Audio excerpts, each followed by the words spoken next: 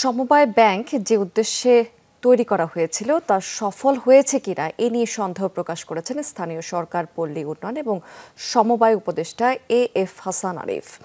সকালে diploma engineers ইনস্টিটিউশনে সমবায় ব্যাংকের ৪৭তম বার্ষিক সাধারণ সভায় তিনি সমবায় ব্যাংকের নানা ধরনের অনিয়ম দুর্নীতির কথা তুলে ধরেছেন।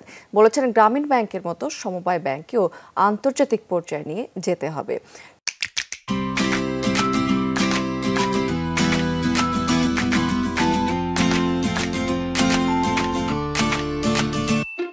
ঠিক সেভাবেই কাজ করার নির্দেশনা দিয়েছেন তিনি। আওয়ামী লীগ সরকারের সময় সমবায় ব্যাংক থেকে প্রায় ১২,৫০০ ভরি স্বর্ণ লোপাটের তথ্য তুলে ধরেছেন অতিরিক্ত উপপরিচালক। বিগত সরকারের সমর্থনকারী, চাটুকার এবং দুর্নীতির সাথে জড়িতদের সমবায় ব্যাংক থেকে বিদায় করে সৎ এবং স্বচ্ছ ব্যক্তিদের অন্তর্ভুক্তির দাবিও জানিয়েছেন মহাপরিচালক শরীফুল ইসলাম।